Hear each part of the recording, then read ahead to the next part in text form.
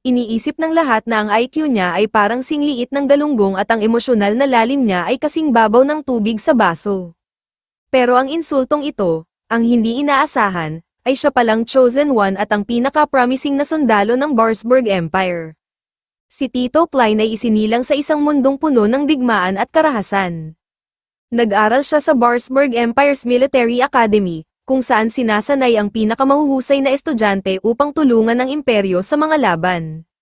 Ang clueless na si Tito ay parang sirang laruan, laging napapahamak dahil sa malungkot niyang kwento, at wala siyang maalala mula sa kanyang nakaraan. Kaya naman, tinatawag siyang slave, at madalas siyang kinukutya ng iba. Pero hindi lahat ay ganoon sa kanya. Nandyan si Mikeage, ang kanyang tapat na kaibigan, na parang kapatid na niya. Nalaman na si Tito at Mikeage ay kabilang sa Class 35, ang elite group na itinalaga upang ipagtanggol ang Hoburg Fortress. Malapit na ang kanilang graduation exam, kung saan kailangan nilang ipakita ang kanilang galing sa Xiphon. Pagkatapos ng klase, tumakbo si Mikeage papunta kay Tito at tinanong siya kung kinakabahan ba siya para sa exam.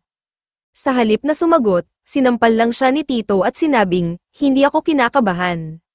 Buong determinasyon, sinabi ni Mikeage na ipapasa niya ang graduation exam, sasali sa Imperial Army, at ililigtas ang kanyang pamilya. Tinanong niya si Tito kung wala pa rin ba itong maalala tungkol sa kanyang pamilya. Sumagot si Tito na paulit-ulit lang siyang binabagabag ng parehong bangungot gabi-gabi. Bago matulog, nag-open up si Tito kay Mikeage. Sinabi niya na bago siya napunta sa academy, isa lang siyang battle slave na walang pamilya. Pero si Mikeage ang naging pinakamahalagang tao sa kanyang buhay, ang tanging kaibigan na palaging nasa tabi niya. Sa narinig, napaiyak si Mikeage na parang bata. Hiniling niya kay Tito na mangako na kung sakaling mapunta sila sa gyera, hindi nila iiwan ang isa't isa. Sabay tayong mabubuhay o sabay tayong mamamatay. Kinabukasan, napunta si Mikeage at Tito sa iisang team para sa graduation exam.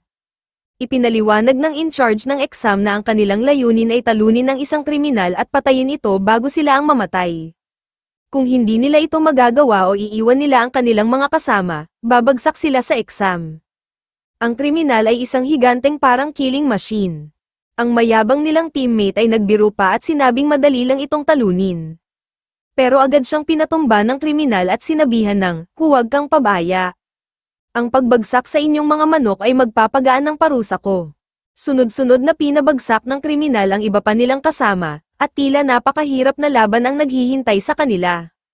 Habang nagkakagulo sa arena, biglang dumating ang isang white-haired, deadpan na lalaki na si Chief Ayanami, na mukhang naiinis na naman sa mga kaguluhang kailangang harapin niya. Samantala, ang mga estudyante ay sunod-sunod na natatalo ng higanteng kriminal, pero sina Tito at Mikeage ay matatag pa rin, parang huling dalawang contestant sa isang reality show tungkol sa survival. Biglang tumalon ng kriminal papunta kay Shued, pero mabilis itong hinarang nina Tito at Mikeage, sabay sinipa ang kriminal sa tiyan. Tumalon naman si Tito sa braso ng higanti at nagpakawala ng sunod-sunod na sipa. Pero biglang sinakal ng kriminal si Mikeage. Nakita ni Tito ang kaibigan niyang nasa panganib, kaya tumalon siya sa ere at isang malakas na sipa ang pinakawalan niya sa pangit na mukha ng kriminal. Ginamit niya ang kanyang Xiphon upang gapyusan ng higanti. "Sumuko ka kung gusto mong mabuhay. Hayop ka," sabi ni Tito sa kriminal. Walang nagawa ang kriminal kundi sumuko, pero biglang lumabas ang in-charge ng exam at sinabing hindi pa tapos ang pagsusulit hanggat hindi pinapatay ni Tito ang kriminal. Tumanggi si Tito na sundin ang utos, na ikinagalit ng in-charge. Sa mga oras na iyon, pumasok si Ayanami sa arena, walang pasubali, at pinatay ang kriminal. Pagkatapos, tinawag niya si Tito na "softy" at kinutya ang kanyang kakulangan ng tapang. Nang gabing iyon, sinabi ni Mikeage kay Tito na 19 na katao, kabilang sila, ang pumasa sa exam. Nang tanungin ni Tito tungkol sa puting buhok na lalaki na pumatay sa kriminal, sinabi ni Mikeage na siya si General Ayanami, isang walang awa na halimaw na nakapatay na ng libo-libo. Dagdag pa niya, bukas, sila ay magiging opisyal na mga sundalo. Sa kanilang pag-uusap, nakatulog si Mikeage sa tabi ni Tito. Kinabukasan, habang papunta si Tito upang isumite ang kanyang mga dokumento, narinig niya ang tunog ng isang necklace na pamilyar sa kanya. Nagsimula itong kontrolin ang kanyang katawan hanggang sa natagpuan niya ang sarili sa harap ng isang silid kung saan naroroon si Ayanami at ang kanyang grupo na tila may pinag-uusapan. Nang sumilip si Tito sa loob, nakita niya si Ayanami na may hawak na kwintas at sinasabing kailangan niyang hanapin ang bato ng kwintas na ito. Ang kwintas ay pagmamay-ari ng King of Rags, na kilala rin bilang Eye of Mikhail. Nang marinig ang Eye of Mikhail, biglang bumalik ang mga alaala ni Tito. Naalala niya ang oras noong bata pa siya, si Ayanami pala ang pumatay sa kanyang ama, at ang kwintas ay pagmamay-ari niya. Unti-unting naging malinaw ang kanyang mga bangungot habang napupuno ang isipan niya ng nakakatakot na alaala ng pagkamatay ng kanyang ama. Punong-puno ng galit, lumundag si Tito papunta kay Ayanami gamit ang kanyang Xiphone powers. Ngunit agad siyang na-overpower ni Ayanami at nahuli. Itapon ang batang ito sa kulungan, utos ni Ayanami, sabay tinawag siyang slave from rags. Ayaw siyang pakawala ni Ayanami hanggang hindi niya sinasabi ang lahat ng nalalaman tungkol sa Lost Stone na konektado sa kwintas. Samantala, sinusuri ang mga gamit ni Tito, at nalaman ni Mikage na ang matalik niyang kaibigan ay nakakulong. Isang gabi, habang tulog na ang lahat, palihim na pumuslit si Mikage papunta sa kulungan at natagpuan si Tito, punong-puno ng sugat at hirap. Nang makita si Mikage, sinabi ni Tito na balak na niyang tumakas at hindi na niya magagawang tuparin ang pangako nila sa isa't isa. Pero mahigpit na hinawakan ni Mikage ang kamay niya at sinabing magkasama silang tatakas. Habang nagtatangkang tumakas, hinarang sila ng mga bantay ni Ayanami. Sa desperadong hakbang upang protektahan si Mikage, kinuha ni Tito ang isang kutsilyo at itinutok ito sa leeg ni Mikage, sabay pagbabanta sa mga bantay na umatras kung ayaw nilang may masaktan. Humarap si Tito kay Mikage, humingi ng tawad, at sinabi na wala siyang ibang magagawa kundi iwan siya. Pero iginiit ni Mikage na iligtas niya ang sarili at huwag nang mag-alala tungkol sa kanya. Sa walang ibang pagpipilian, tumalon si Tito sa isang skiff ship at tumakas, iniwan si Mikage sa likod. Sugatang-sugatan si Mikage matapos tamaan ng Xiphone ni Ayanami. Habang nasa skiff ship, nawala sa kontrol si Tito dahil sa matinding pagod at sakit. Nawalan siya ng malay at bumagsak mula sa ere, sa halip na bumagsak sa bundok, nalaglag siya sa ibabaw ng isang batang nagngangalang Frau, na nagpipiknak kasama ang dalawang kaibigan gamit ang kanilang sariling skiff ship. Sa lakas ng pagbagsak nila, dumating agad ang dalawang kaibigan ni Frau para tingnan kung ayos lang siya. Samantala, iniutos ni Chairman Miroko kay Ayanami na hanapin si Tito dahil napakahalaga ng bata para mawala sa kanila. Ngunit hindi makapasok ang mga sundalo sa 7th District dahil ito ay teritoryo ng mga Diyos. Kung naroroon si Tito, hindi siya maaaring arestuhin ng mga sundalo. Samantala, dinala ng mga kaibigan ni Frau ang walang malay na si Tito sa isang simbahan, umaasang magising siya. Nang sa wakas ay magkamalay si Tito at damilat ang mga mata, ang una niyang ginawa ay sipin si Frau sa mukha at magtangkang tumalon mula sa balkonahe. Sa bilis ng reflexes, nahawakan ni Frau ang damit ni Tito sa ere at sinabing, ngayon lang ako nakakita ng ganitong kadesperado sa gustong mamatay. Habang nahihirapan si Frau na pigilan si Tito, sumaklolo ang isa pang lalaki at binuhat pabalik si Tito sa lupa. Kasabay nito, sinermonan niya si Frau sa pagpapahirap sa bata. Nang tanungin ni Tito kung bakit siya niligtas, ipinaliwanag ng lalaki na ito ay isang Barsburg Church na nasa 7th District at sila ay bahagi ng klero. Nagpakilala ang lalaki na may salamin bilang si Castor, ang lalaking may purple hair bilang si Labrador, at ang mukhang nakakatakot na si Frau bilang kanilang kasamahan. Kami ay mga lingkod ng simbahan, at tungkulin naming tumulong, sabi ni Castor. Nang tanungin ni Frau si Tito kung miyembro siya ng Imperial Army dahil sa tato sa kanyang leeg, galit na sumigaw si Tito, hindi ako parte ng mga hayop na iyon. Napansin ng tatlong lalaki na mahina pa ang kalagayan ni Tito, kaya pinayuhan nila siyang magpahinga at iniwang mag-isa.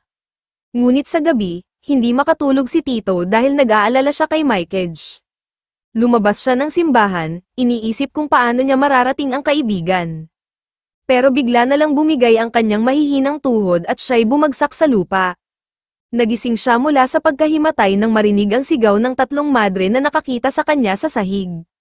Pinakilala ng mga madre ang kanilang sarili bilang sina Sister Athena, Rosalie, at Labelle. Sa halip na sermonan siya, Ginamit nila ang kanilang mahiwagang kakayahan para buhatin siya pabalik sa kanyang kwarto at binigyan siya ng princess treatment. Samantala, si Mikeage naman ay nakakulong dahil sa pagtulong kay Tito sa pagtakas. Tinawag siya ni Ayanami para sa interogasyon at tinanong kung siya nga ba ang tumulong kay Tito noong gabing iyon. Nagbanta si Ayanami na papatayin ang pamilya ni Mikeage kung muli nitong subukang iligtas ang kaibigan. Kinabukasan, nagising si Tito ng maayos ang pakiramdam at natagpuan ang sarili sa simbahan, napapaligiran ng maraming tao. Nalaman niya na ang simbahan ay tumutulong sa pagtanggal ng sumpa ng Verloren, ang dating God of Death na kumuha ng mga kaluluwa ng tao kapalit ng 3 hiling.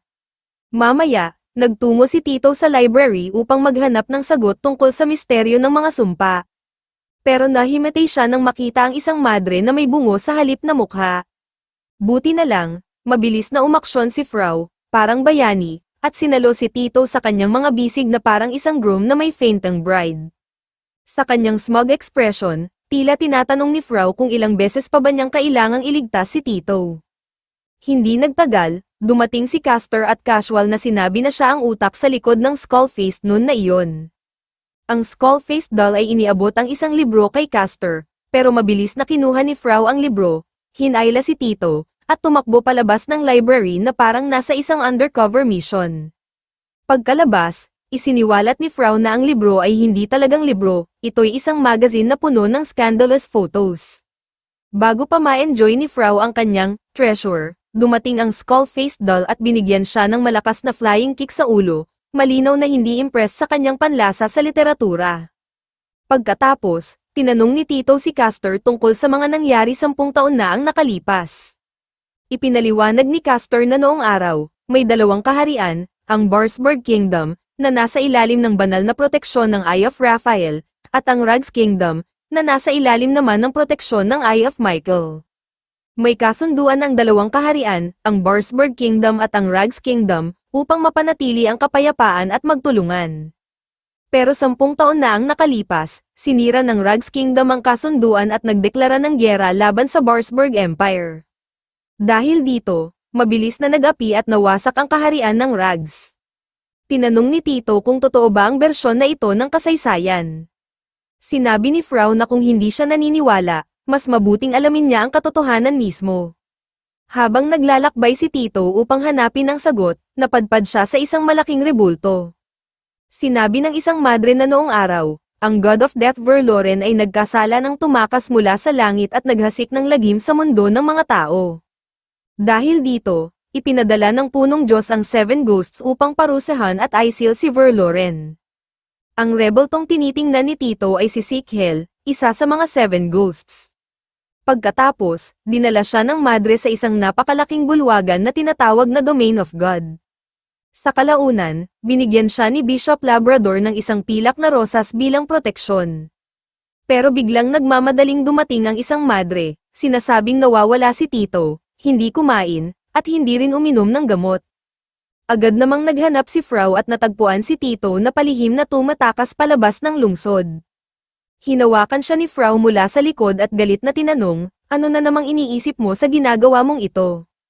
Biglang inanunsyo ng tagapagbantay na isasara na niya ang mga tarangkahan. Tumakbo si Tito patungo sa tarangkahan, pero pinigilan siya ni Frau. Binuhat siya ulit na parang bata at sinamahan pa ni Castor. Sinabi ni Castor na magiging malaking problema kung mahimatay ulit si Tito, kaya mas mabuting bumalik siya kung ayaw niyang mamatay sa gutom. Pagkatapos, kinuha ni Castor ang silver rose at nilagay ito sa buhok ni Tito, sinasabing hindi ito gagana kung hindi niya ito palaging suot. Dinala nila si Tito sa dining hall, kung saan muling binabi siya ng mga madre. Pinaupo siya sa isang mesa na espesyal na inayos para sa kanya at sinabihang kumain ng mabuti para makabawi ng lakas. Ngunit pag-angat niya ng takip ng kaserola, halos mahulog siya sa upuan nang makita na eyeballs ang laman ng hapunan. Si Frau, na mukhang enjoy na enjoy, agad na kinain ang mga eyeballs habang si Tito ay halos masuka. Isa sa mga madre ang nagsabi na bawal silang kumain ng karne, kaya ang makakuha ng eyeballs para sa hapunan ay itinuturing na biyaya. Nang tuksuhin ni Frau si Tito, sinabing siya na lang ang kakain kung hindi niya kayang kainin, mabilis na sinubo ni Tito ang isa. Sa kanyang gulat, Nagustuhan niya ang lasa, muli siyang tinukso ni Frau, sinasabing maliit siya dahil lumaki siyang puro gulay, pills, at karne lang ang kinakain. Sinabi pa niyang dapat mag-focus si Tito sa pagkain ng organic food para tumangkad. Na-realize ni Tito ang pagiging maliit niya, kaya't biglang kinain niya lahat ng eyefish sa plato niya, na ikinagulat ng lahat. Ang mga madre ay nagtanong tungkol sa pangalan at pagkatao niya, pero natahimik si Tito. Napansin ng mga madre ang awkward na sitwasyon kaya't sinabi nilang huwag siyang mag-alala at i-enjoy lang ang pananatili niya sa simbahan. Habang lahat ay abala sa pagkain, nananatiling tahimik si Tito, patuloy na iniisip ang kanyang matalik na kaibigan na si Mikage. Samantala, sa Barsburg Empire, tinanong ni Master Miroku kung natukoy na ang lokasyon ni Tito. Iniulat ng mga sundalo na nasa 7th District siya at may mga ebidensyang nag-crash ang ski ship doon. Nagtanong si Miroku kay Ayanami kung bakit tumakas si Tito. Ang mga tauhan ni Ayanami ay sumagot na si Tito ay nagkaroon lang ng homesickness at babalik din siya kapag na-miss niya ang academy. Pero tinuligsa ng iba sa pulong si Ayanami, sinasabing ginamit niya ang dahas laban kay Tito nang walang pahintulot ng mga elders. Si Tito ay itinuturing na mahalagang kandidato para sa Eye of Michael, kaya sinisi si Ayanami at pinapanagot sa kanyang ginawa. Nang tanungin ni Ayanami si Miroku kung bakit kinuha niya sa kanyang proteksyon si Tito, ipinaliwanag niya na ang slave emblem sa katawan ni Tito ang nagtatakda na wala siyang ibang mapupuntahan para sa proteksyon. Ayon kay Miroku, babalik din si Tito dahil sa kawalan ng mapagpipilian. Balik sa 7th District, abala si Tito sa mga gawain sa simbahan, tumutulong sa mga madre na labis ang paghanga sa kanya.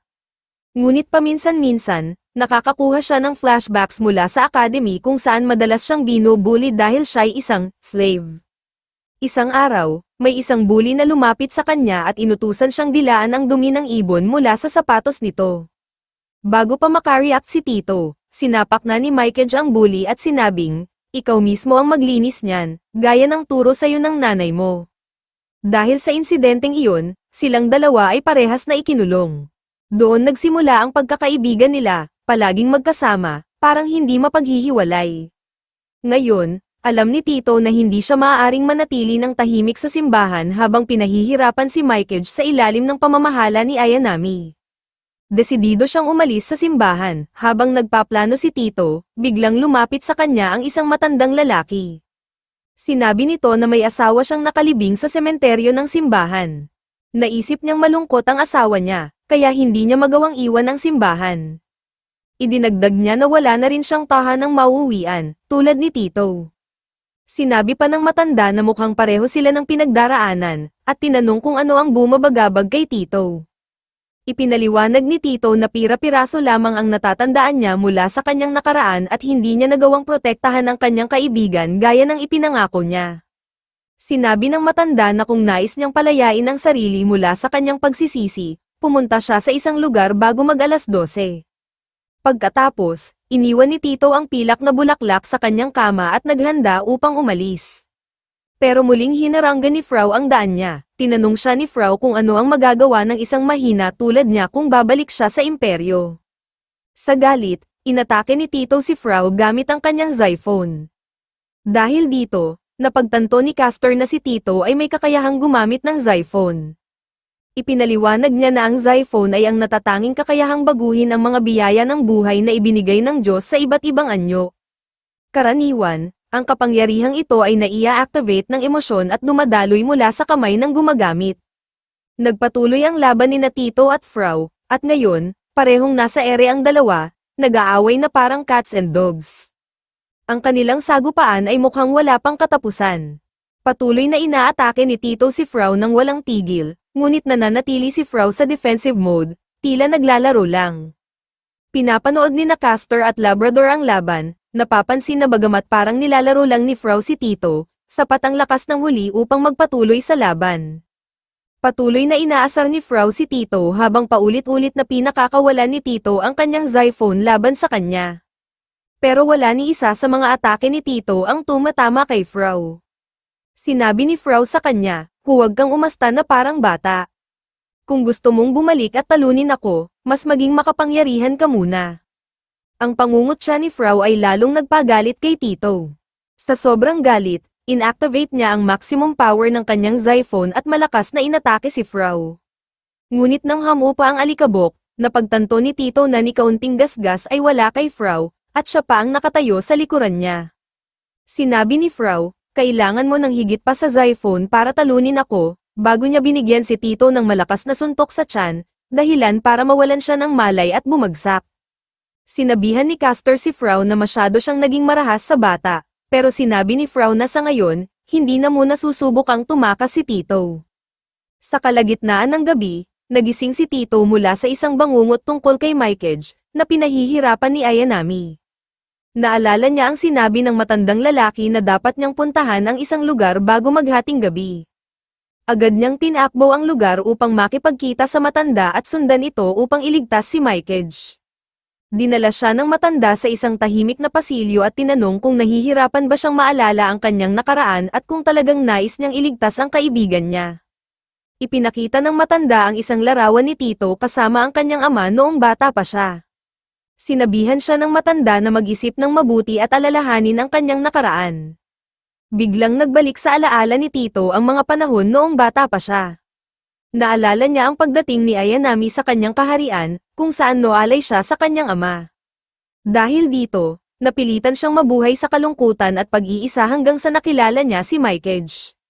Si Mikage ang tumawag sa kanya bilang tunay na kaibigan, nangakong hindi siya iiwan, at tinulungan siyang makatakas. Pagkatapos, sinabi ng matanda kay Tito na kung nais niyang matupad ang kanyang hiling, kailangan niyang isuko ang kanyang kaluluwa. Sinimulan ng matanda ang hypnotism, pinipilit si Tito na ipikit ang kanyang mga mata at ialay ang kanyang kaluluwa. Ngunit nang malapit nang mahulog si Tito sa bitag ng matanda, dumating sina Frau at ang kanyang mga kaibigan. Sigaw nila kay Tito, huwag mong hayaang lamunin ng dilim ng taong ito ang puso mo. Hinarap nila ang matanda at sinabing tigilan na nito ang ginagawa kay Tito. Iwanan mo siya. Utos nila sa matanda habang ipinapakita ang kanilang determinasyon na protektahan si Tito mula sa anuman. Sinabi ng matanda na si Tito mismo ang lumapit sa kanya para sa kaligtasan.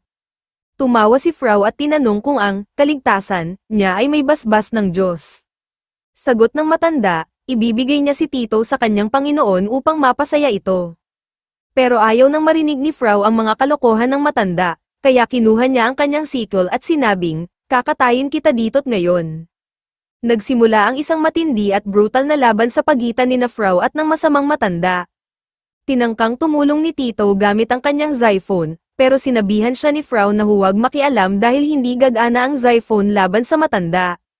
Nang ma-corner ang matanda, bigla itong tumakbo upang tumakas, ngunit hinagisan siya ni Labrador ng pilak na rosas, na naglock ng kanyang daanan. Kasabay nito, sina Castor at Labrador ay muling natrap ang matanda. Sabi ni Castor, masakit sa akin ang magtaas ng kamay laban sa isang matanda, pero kailangan kong ibalik ang kaluluwa ni Tito sa kanya. Nang marinig ito, sumigaw si Tito sa takot habang ikinarga siya ni Frau gamit ang kanyang sikol at itinapon siya sa kandangga ni Labrador. Matapos nito, si Frau ang humarap sa matanda, pinalabas ng matanda ang kanyang mga skull-shaped monsters, ngunit mabilis na na-overpower sila ni Frau. Tumalon ang matanda at umupo sa fountain, idineklara na kukunin niya ang kaluluwa ni Tito. Ngunit malakas ang sagot ni Frau, hindi kita hahayaang makatakas. Kinuha ni Frau ang kanyang silver threads, ginapos ang mga pakpak ng matanda, at tumalon ng mataas sa kalangitan. Sa isang malupit na pag-atake gamit ang kanyang napakagandang sikol, pinutol niya ang mga pakpak ng matanda. Bumagsak ang mga buto ng matanda na may malakas na ingay, at sa wakas, bumalik si Tito sa kanyang ulirat. Naguguluhan, tinanong ni Tito kung ano ang nangyari. Ipinaliwanag ni Castor na ang matandang iyon ay nawalan ng kaluluwa dahil sa Core, isang tagapaglingkod na nangaakit sa mga tao sa kadiliman. Buti na lang, naging matagumpay sila sa pagbawi ng kanyang kaluluwa. Nagising ang matanda, at sinabi ni Castor na pumasok siya sa loob ng simbahan upang hindi siya magkasakit. Binuhat ni na Labrador at Castor ang matanda upang dalhin siya sa simbahan para makapagpahinga sa gabing iyon. Samantala, muling binuhat ni Frau si Tito at kinaladkad siya papasok sa simbahan. Nagprotesta si Tito, sumigaw na, tigilan mo na ang pagdadala sa akin na parang sako ng bigas. Ngunit sinabihan siya ni Frau na, tumigil ka dyan at huwag nang magreklamo. Itinapon ni Frau si Tito sa kama at sinabing umupo ng maayos upang maalis niya ang core mark mula sa kanyang dibdib. Itinaas ni Frau ang kanyang kamay, hinugot ang kakaibang sumpa mula sa katawan ni Tito, at sinabihang magpahinga. Kinabukasan, nagising si Tito at naglakad-lakad sa paligid ng simbahan. Bilang isang estudyante ng military academy, halos wala siyang alam tungkol sa mundo sa labas. Nang lumabas siya ng simbahan, nakita niya ang maliwanag at mapayapang kapaligiran, kung saan abala ang mga madre sa paglalaba sa may batis. Napansin ng mga madre si Tito na tila malalim ang iniisip, kaya binati nila siya ng magandang umaga. At sinabing inaayos nila ang kanyang mga lumang damit. Lumapit si Sister Rosalie at ipinakita ang kanyang pantalon, sinabing siya na ang maglalaba nito. Ngunit mabilis na inagaw ni Tito ang kanyang underwear at sinabing siya na ang maglalaba nito. Biglang dumating si Frau, binatukan si Tito, at tinukso siya, halos hindi kita napansin. Napakaliit mo talaga, galit na tinanong ni Tito si Frau kung ano ang kailangan ng stupid bishop mula sa kanya. Sinabi ni Frau na hindi niya papayag ang umalis si Tito hanggat hindi siya ganap na malusog upang alagaan ang sarili. Nagpasalamat si Tito sa pagligtas ng kanyang buhay, ngunit upang pagaanin ang mood, biglang kinuha ni Frau ang panty ni Tito at itinaas ito sa hangin. Sumigaw si Tito sa kahihiyan habang tumalon sa tubig upang habulin ang kanyang underwear. Nagpigil ng tawa ang mga madre habang pinapanood ang kanilang nakakatuwang tagpo. Habang nasa tubig, biglang lumitaw ang isang water elf at nagsimulang haplasin si Tito, dahilan para tumalon siya palabas ng tubig sa takot. Ipinakilala ni Castor ang elf bilang si Rosette, ang organista ng simbahan. Gustong-gusto ni Rosette si Tito at niyakap ulit siya, na ikinahiyang muli ni Tito. Tinuro ni Castor kay Tito ang matandang lalaki mula kagabi, na ngayon ay masaya na kasama ang kanyang pamilya habang pinagsisilbihan siya ng mga madre. Nang tanungin ni Tito kung ano ang core, ipinaliwanag ni Castor, kapag ang Chief of Heaven ay nagbigay ng buhay sa mga tao, binibigyan din sila ng 3 hiling na maaaring tuparin sa kanilang buhay. Kapag natupad ang 3 pangarap, bumabalik ang kaluluwa nila sa langit. Ngunit ang core ay sinusubukang sirain ang mga pangarap ng tao at inilulubog sila sa kadiliman sa pamamagitan ng pag-agaw ng kanilang kaluluwa. Dahil dito, trabaho ng simbahan na protektahan ang mga tao mula sa core. Sinabihan ni Castor si Tito na panatilihing lihim ang lahat ng nangyari sa kanila. Bago umalis, tinanong niya si Tito kung ano ang kanyang pangarap. Biglang napalalim ang iniisip ni Tito, naalala si Mykage. Noon, akala niya wala siyang pangarap kundi sundin lamang ang landas ng military academy. Pero ngayon, alam niya, ang pangarap niya ay hindi kailanman iwanan si Mykage, ang kaibigang laging nagpoprotekta sa kanya. Samantala, si Mykage, na nakakulong pa rin, ay iniisip ang masasayang araw nila ni Tito. Isang araw, habang papunta sila sa pangingisda, tinukso ni Shiro si Mykage dahil kaibigan niya si Tito, isang slave. Hindi ito matanggap ni Tito kaya sinimulan niyang bugbugin si Shiro, pero pinigilan siya ni Mykage.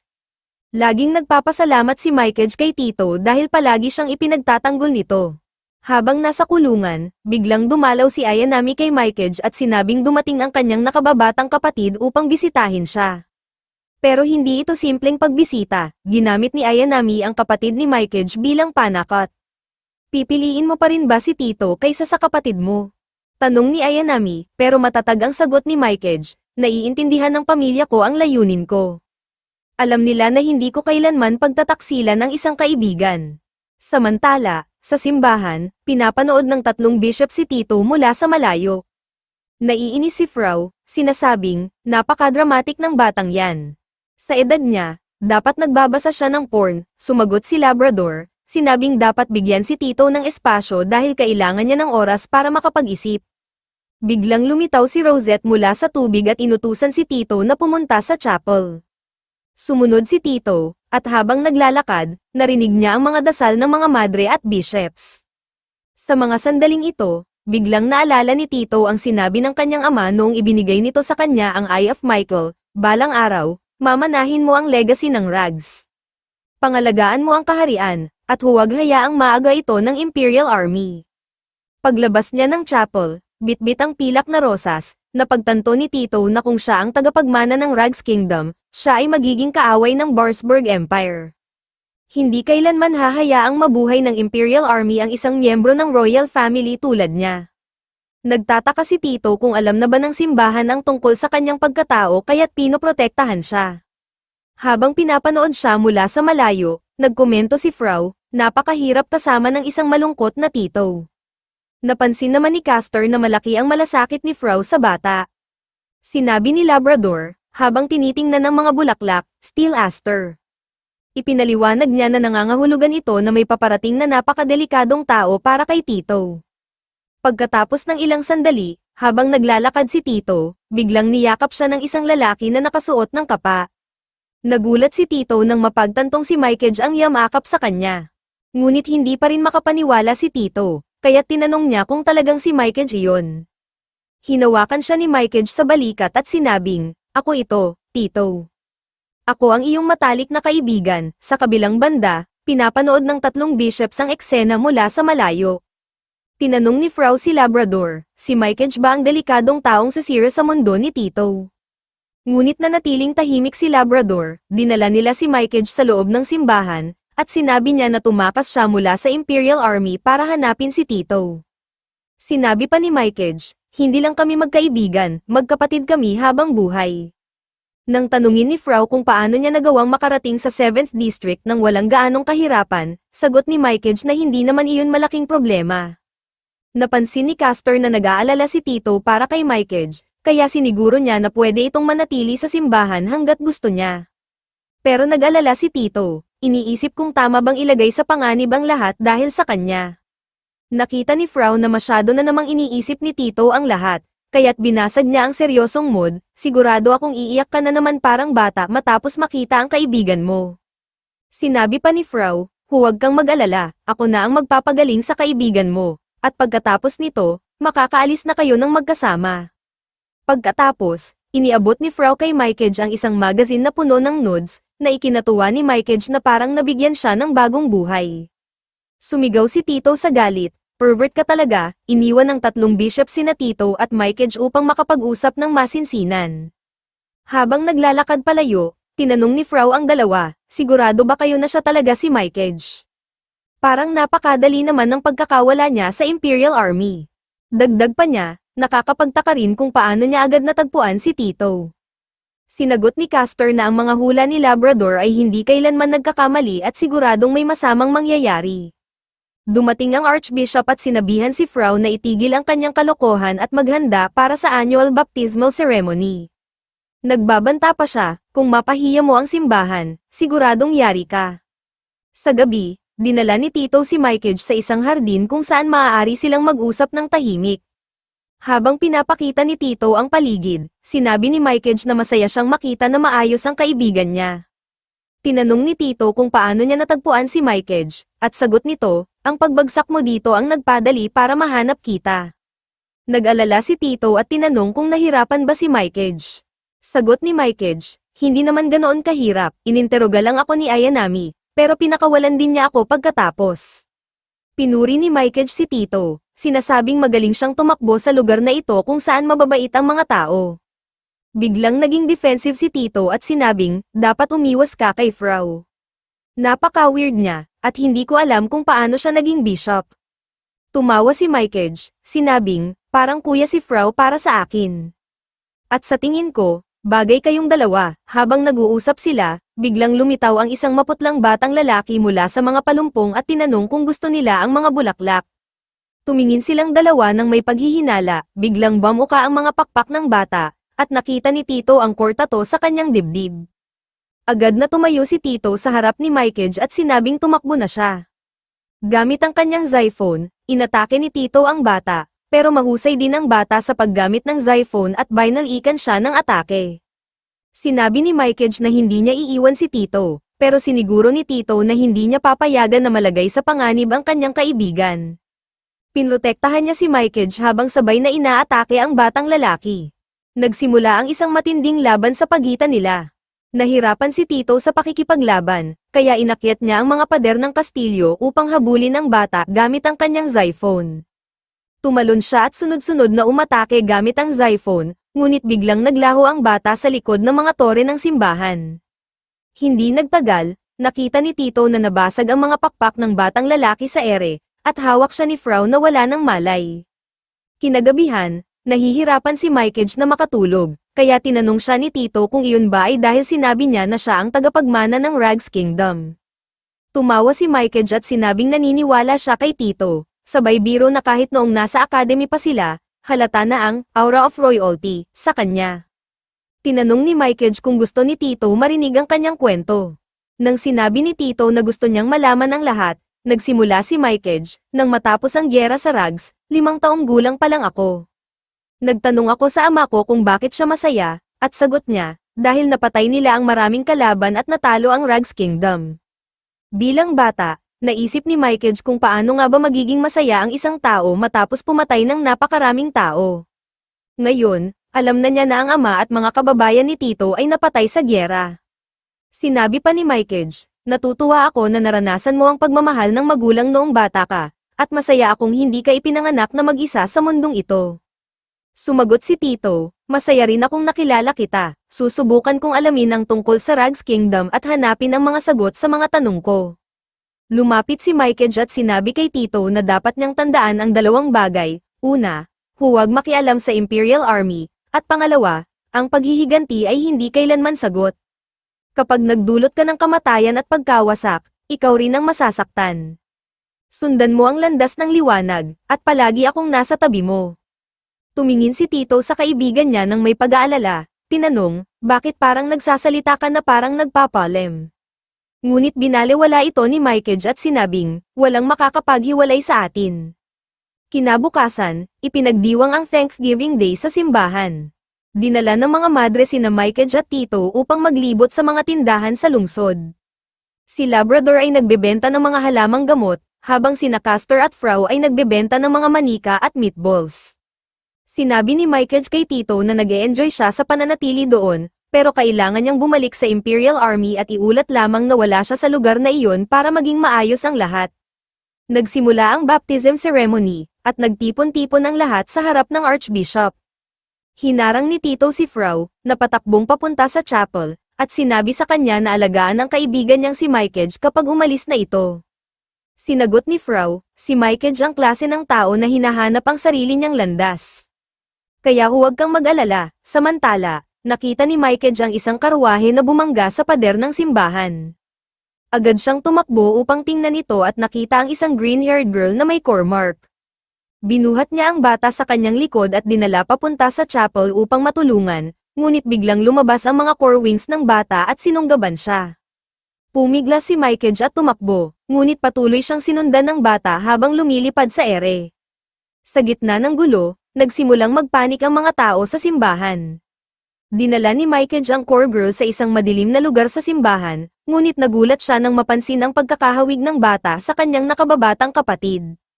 Lalong nahirapan si Mykage nang mapagtanto ito, biglang pinalabas ng bata ang kanyang mga demons at sinabing, huwag mo akong iwan.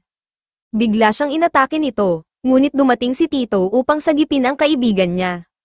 Sinubukan ng mga non-dolls ni Castor na tulungan ang dalawa, ngunit winasak ng core girl ang mga ito gamit ang kanyang core wings.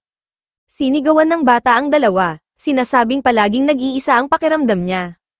Lagi lang akong nag-iisa, ang nanay at tatay ko, palaging si kuya ang iniintindi dahil siya ang tagapagmana ng pamilya. Humawak siya kay Mykage at sinabing, hindi ko papayag ang iwanan mo ako, kuya. Inatake ni core girl si Tito gamit ang kanyang mga ekstrang pakpak, sabay sigaw na, hindi ko hahayaang agawin mo ang kuya ko. Lumabas ang katotohanan, ang core ay ipinadala ni Ayanami upang hulihin si Tito.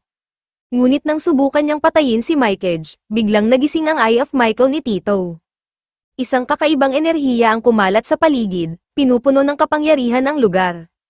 Dumating si Frau upang iligtas sila, at sa isang malakas na pag-atake, sinira niya ang mga pakpak ng core girl sa isang bagsak lamang. Napaisip si Ayanami tungkol sa tunay na pagkatao ni Frau dahil sa ipinakita niyang lakas. Makalipas ang ilang sandali, nagising si Tito at nakita si Ayanami kasama ang isang batang babae sa kanyang kandangan. Samantala, sinabi ni Labrador kina Castor at Frau na hindi si Mykage ang sisira sa mundo ni Tito, ngunit ang kanyang pagdating ang nagpasimula ng mga mapaminsalang puwersa. Kinabukasan, pumunta si Mikeage sa bazaar at nagdesisyon na umalis sa lugar upang protektahan ang kanyang pamilya, kahit na nangangahulugan ito na kailangan niyang isakripisyo ang kanyang buhay. Habang naglalakad, natagpuan siya ni Tito at inanyayahan siya sa parada. Nagpa siya si Mikeage na gumawa ng isang huling magandang alaala kasama ang kaibigan. Dumating ang oras ng misa, at nagtipon ng mga tao upang panoorin ang parada na puno ng magagandang pagtatanghal. Sa gitna nito, itinuro ni Mikeage kay Tito ang isang malungkot na batang nakatayo sa ilalim ng puno. Nang subukan nilang lapitan ang bata, bigla itong tumakbo. Narinig nilang may sumisigaw, at nang tingnan nila ang direksyon ng sigaw, nakita nila ang isang lalaki na hinahabol ang parehong bata. Gumamit si Castor ng isang taktika at napasubsob ang matabang lalaki sa kalye. Nang tanungin siya ni Castor kung anong nangyari, sinabi nitong ninakaw ng bata ang kanyang tinapay. Kalma siyang sinagot ni Castor, ngayong huling araw ng pagpapala ng Diyos para sa mga bata, patawarin mo na siya. Samantala, natagpuan ni na Mikeage at Tito ang batang nagtatago sa likod ng isang tolda. Binigyan nila siya ng tinapay at inanyayahan na manood ng pagtatanghal ng mga madre. Doon nalaman nila na ang pangalan ng bata ay Tajio. Sinabi nito na namatay ang kanyang ina at nagpunta ang kanyang ama upang maghanap ng trabaho. Nilamutak ni Mikeage ang buhok ng bata at sinabing itigil na ang pagnanakaw dahil aalagaan siya ng simbahan. Pagkatapos uminom ng tubig, bumalik si Tajio upang panoorin ang pagtatanghal ng mga madre. Sa entablado, isang madre ang nagkunwaring umaatake kay Sister Rosalie bilang bahagi ng palabas. Ngunit hindi naintindihan ni Tajio ang eksena at tumalon siya upang iligtas si Rosalie mula sa mga madre. Nagdulot ito ng ingay, kaya't mabilis na tumakbo sina Mikeage at Tito upang makita ang nangyayari. Agad nilang kinuha si Tajio at sinabing dadalhin nila ang hindi kilalang pasaway sa isang sulok. Sa isang tahimik na lugar, tinanong ni Mikeage si Tajio kung hindi pa ba siya nakapanood ng isang pagtatanghal dati. Bago pa siya makasagot, biglang tinawag ng isang lalaki ang pangalan niya. Tumakbo si Tajio papunta sa lalaki, at nagyakap ang dalawa. Napagtanto ni na Mikeage at Tito na ang lalaki ay ang ama ni Tajio. Habang pinapasalamatan ng lalaki si Tito at nakipagkamay sa kanya, bigla niyang naramdaman ang malamig na sensasyon na gumagapang sa kanyang katawan. Nang umalis na ang lalaki kasama si Tajio, sinabi ni Tito kay Mikeage na napakalamig ng kamay ng lalaki.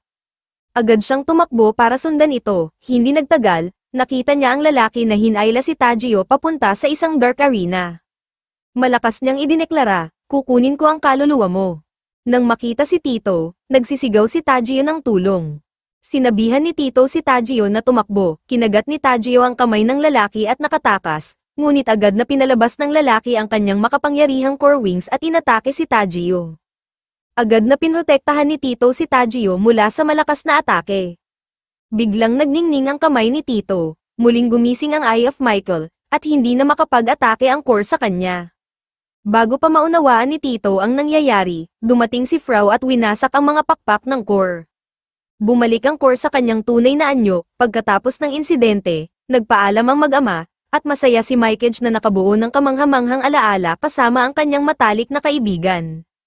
Nangako siya sa sarili, hinding-hindi ko pagtataksilan si Tito, kahit para sa pamilya ko. Habang nagkukwento si Frau sa dalawang bishops, sinabi niyang naramdaman niya na may nanunood sa kanya habang tinutulungan niya si Tito. Nagpadala iyon ng kilabot sa buong katawan ko, sabi niya. Pagkatapos ng gulo, nagkukulitan sina Tito at Mikeage tungkol sa mga babae habang naglalakad sa hardin, hindi nila alam na pinapanood sila ng tatlong bishops mula sa malayo. Biglang hinawakan ni Mikeage ang kamay ni Tito, at napansin ni Tito na malamig ang kamay nito. Nabigla siya at hinayla ang braso niya palayo, nang hawakan ulit ni Tito ang kamay ni Mikeage, naramdaman niyang may kakaiba. Nginitian siya ni Mikeage, sinabing pagod lang siya, at agad na lumayo papunta sa balkonahe. Pinanood ng tatlong bishops ang eksenang iyon at napansin nilang may mali. Sinabi ni Labrador, kalahati lang ng kaluluwa ni Mikeage ang nasa katawan niya, habang ang kalahati ay wala sa kung saan. Tinanong ni Castor kung maaari ba nilang iligtas si Mikeage. Ngunit inamin ni Labrador na hindi siya sigurado dahil hindi nila alam kung nasaan ang nawawalang kalahati ng kaluluwa nito. Samantala, tumakbo si Mikeage papunta sa hardin, hawak ang ulo niya dahil sa matinding sakit. Napagtanto niyang hindi na niya kayang pigilan ang nangyayari. Unti-unti nang kinokontrol ni Ayanami ang kanyang katawan. Biglang dumating si Tito, tumatakbo, at tinanong kung maayos lang siya. Sinigawan siya ni Mikage na lumayo, ngunit tumanggi si Tito na iwanan siya. Nagmamakaawa si Mikage, patayin mo na ako, Tito, hindi ko kayang saktan ka. Natarantang tinanong ni Tito kung ano ang nangyayari, at ipinaliwanag ni Mikage na ito ang ginawa ni Ayanami sa kanya. Kinuha niya ang kalahati ng kaluluwa ko at pinapili ako, ikaw o ang pamilya ko. Biglang nagsimulang magbago si Mikage, may kakaibang lakas na umaagaw sa kanyang pagkatao. Ngunit bago siya tuluyang makontrol ni Ayanami, tiningnan niya si Tito at sinabi, mahal kita, Tito. Ginamit ni Mikage, na nasa ilalim ng kontrol ng core, ang kanyang Zyphone upang atakehin si Tito. Ngunit isang manika ni Castor ang sumalo ng atake, biglang napansin ni Castor na nawalan siya ng kontrol sa kanyang manika sa West Tower, kaya't nagmadali si Frau na lisanin ang misa upang sagipin si Tito. Habang tumatakas si Tito mula sa kanyang kaibigang si Mikage, nauwi siya sa isang nakasarang silid kasama ang possessed na Mikage. Inatake siya ni Mikage gamit ang kanyang Zyphone, ngunit patuloy itong iniwasan ni Tito. Biglang nagbago ang anyo ni Mikage, lumabas ang kanyang core wings, nagdilim ang kapaligiran, at sinunggaban niya si Tito, sinlampsak ang ulo nito sa lupa. Wala nang puwang para sa negosasyon, sabi niya, habang tinatapakan si Tito na tila mawawasak na. Nahulog si Tito mula sa tore, ngunit agad siyang bumangon, puno ng determinasyon na iligtas ang kaibigan. Sinubukan niyang atakehin ang mga pakpak ni Mikage ngunit nabigo, kaya't sinamantala ito ni Mikage upang suntukin siya at padulesin sa lupa. Hinawakan ni Mikage ang leeg ni Tito at kinutya ito, paano ka magiging hari ng Rags kung ikaw mismo ay mahina? Umiiyak si Tito, nagmamakaawang bumalik ang kaibigan niya, ngunit sinabi ng core na hindi maibabalik ang kaluluwa ni Mikage kahit sirain ang kanyang pakpak.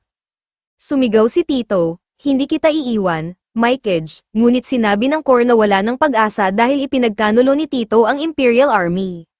Nang tanungin ni Tito kung bakit hindi siya pinapatay, ibinunyag ng core na gusto siyang buhayin ni Chairman Miruko. Biglang pinaganya ni Mikage ang isang bitag sa leeg ni Tito, dahilan para mahulog siya mula sa tulay at bumagsak malapit sa isang misteryosong pader na puno ng mga nakulong na kaluluwa. Desperado, kumatok si Tito sa pader, nananawagan sa pagbabalik ni Mikage. Biglang nabasag ang pader, at isang kaluluwa ang lumabas, dumaikit kay Tito. Sa simbahan, ipinaalam ni Labrador sa lahat na si Tito ay nagising na at ang kanyang kapangyarihan ay muling lumalabas. Sa parehong sandali, ang luha ni Mikage ay tumulo sa Eye of Michael sa likod ni Tito, at isang kakaibang enerhiya ang nagising sa loob niya. Samantala, si Frau ay nag-transform sa kanyang anyong Grim Reaper at nalaman mula sa mga fairies na si Mikage at Tito ay nasa Bridge of Trials. Tumalon si Tito sa ere, nagpakawala ng malakas na enerhiya kay Mikage, hinihinging alisin nito ang bitag sa kanyang leeg. Pagod, bumagsak si Tito at nakiusap kay Mikage na palayain siya. Ngunit sa halip, hinigpitan ni Mikage ang gintong mga lubid sa kanyang leeg, halos hindi na makahinga si Tito. Nang papatayin na ni Mikage si Tito, biglang dumating si Frau at tinanong, ikaw ba ang kumuha sa kaibigan ni Tito? Agad na kinilala ni Ayanami, na kontrolado ang katawan ni Mikage, si Frau bilang si Sikhel, isa sa 7 ghosts na matagal na niyang nakalaban. Naaalala ni Tito ang sinabi ng isang madre tungkol kay Sikhel, ang Diyos na pumupuksa ng kasawian at lumalabas kapag kinakailangan. Nagmamakaawa si Tito kay Frau, gamitin mo ang iyong Sikhel para iligtas si Mikage.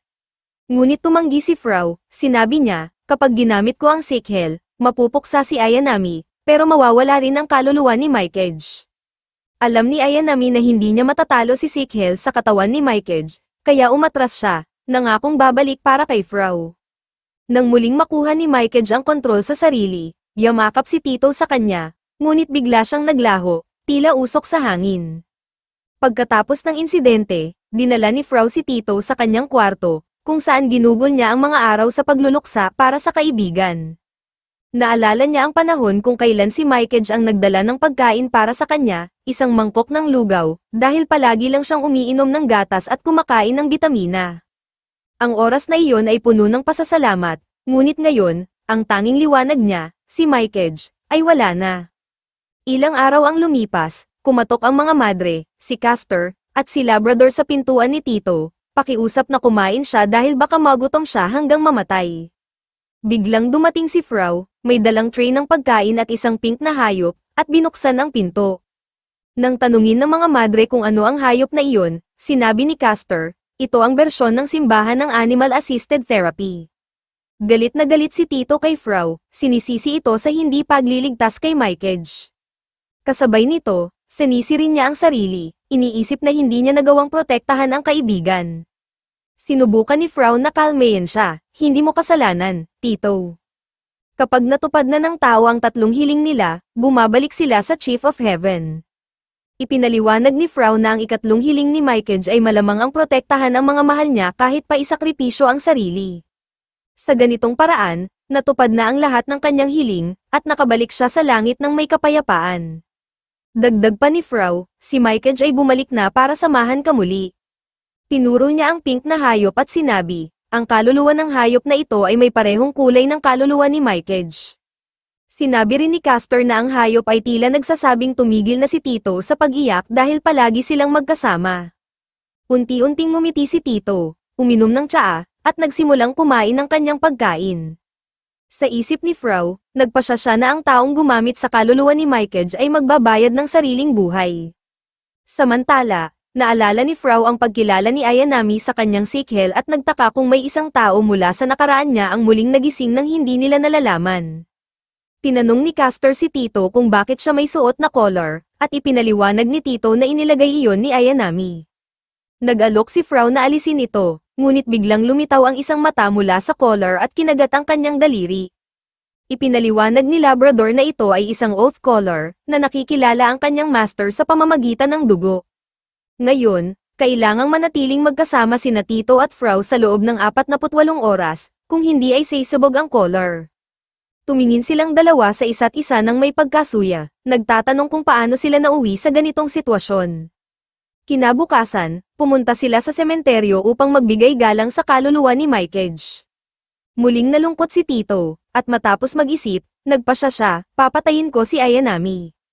Samantala, sinabi ni Ayanami kay Chief Miroko na nilinlang siya ng simbahan sa pamamagitan ng pagtatago ng Eye of Michael sa imperyo nang hindi nalalaman ang tunay na pagkakakilanlan nito. Ngayon, nagpapakita na ito ng mga senyales ng paggising, kaya't ang pagpatay kay Tito at paghihiwalay ng mata mula sa katawan niya ang pinakamainam na opsyon. Nagbabala si Miroko na pagsisisihan ni Ayanami ang pagpatay sa bata, ngunit matigas ang sagot nito, papatahin ko si Tito alang-alang sa imperyo.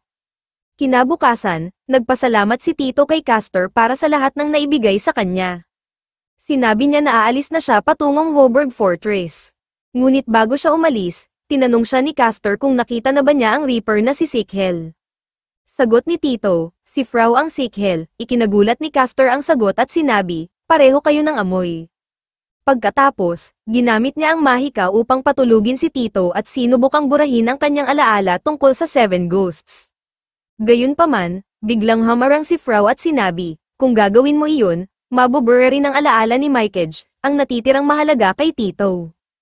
Ipinaliwanag ni Castor na ang Imperial Army ay naghahanap ng nawawalang Eye of Michael at nagtipon sila ng maraming bata bilang mga posibleng sisidlan.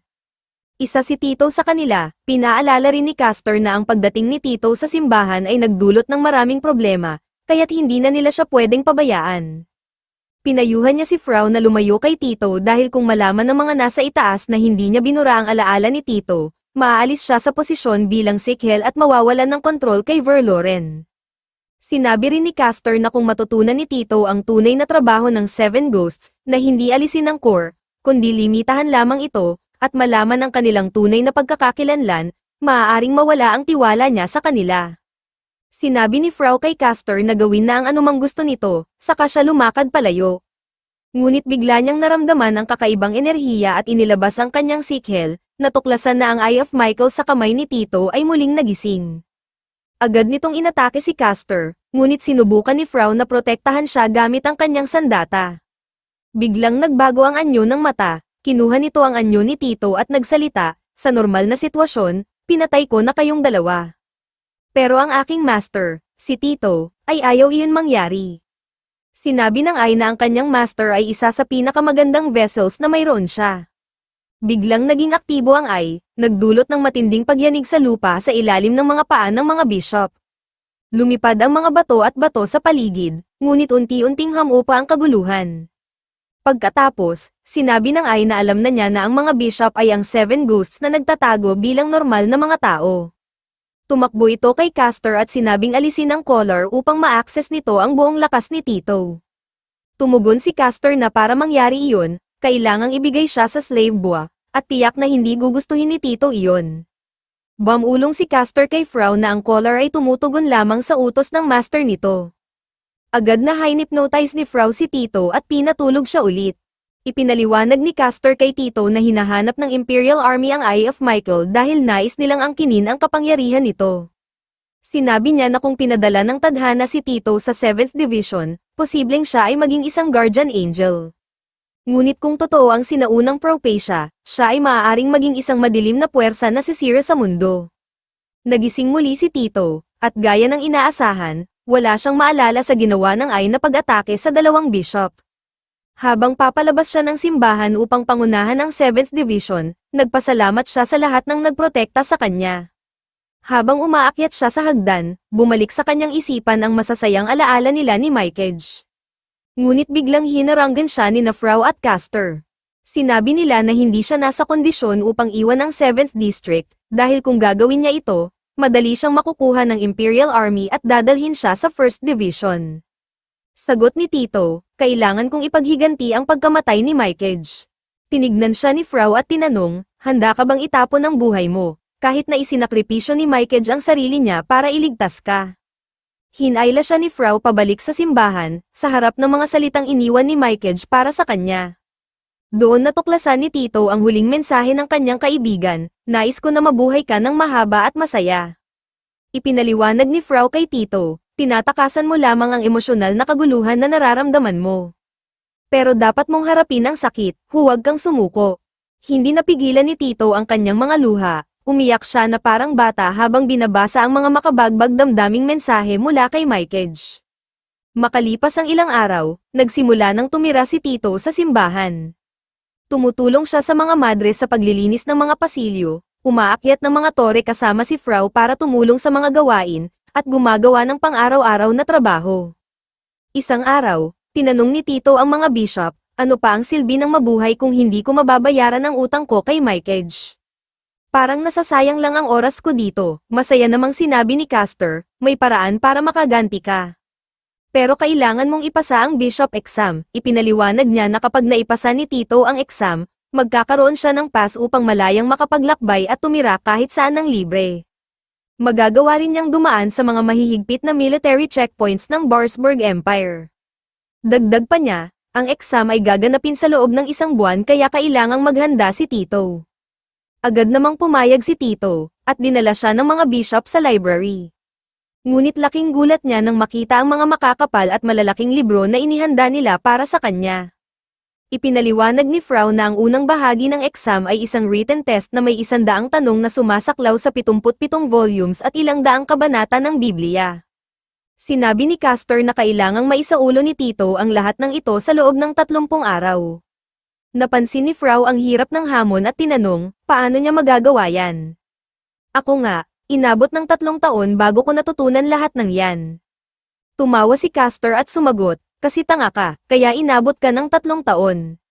Nang simulang basahin ni Tito ang mga Bible volumes, napansin niyang pamilyar ang mga ito sa kanya. Tinanong niya si Castor kung maaari siyang subukan nito. Sa simula ng pagsusulit, nagulat si Frau nang masagot ni Tito ang lahat ng tama, tila isang eksperto. Sinabi ni Tito na, parang lullaby lang ang mga salitang pumapasok sa isip ko. Ngunit inamin niya na marami pa siyang kailangang isaulo upang maipasa ang exam. Pagkatapos ng ilang oras, dinala ni Castor ang isang sandata kay Tito. Ipinaliwanag niya na ang ikalawang bahagi ng exam ay isang practical Xiphone test kung saan kailangan niyang ipakita ang kanyang kakayahan sa Xiphone. Sinabi ni Castor na sa mundong ito, maraming bagay na hindi kayang protektahan sa pamamagitan lamang ng malasakit at panalangin. Kailangang armado ang mga bishop upang tulungan ang mga lost lambs na nawalan ng pangarap at naligaw ng landas. Kinuha ni Frau ang sandata mula kay Castor at ipinaliwanag kay Tito na ang ikalawang exam ay tungkol sa pagpatay sa core. Tinawag niya ang sandata na Baculus, isang espesyal na sandata na ginagamit ng mga bishop upang sirain ang core. Kailangang ma-channel ni Tito ang kanyang Xiphon sa Baculus upang makuha at sirain ang core. Kinuha ni Tito ang Baculus at sinabi, sa Academy, natutunan ko kung paano mag-channel ng enerhiya sa mga sandata. Sinubukan niyang gamitin ang Baculus at pinaga niya ang kanyang Xiphon, ngunit hindi niya ito makontrol. Naiinis, tinanong niya, kaya ba ng isang bata tulad ko na maging isang bishop?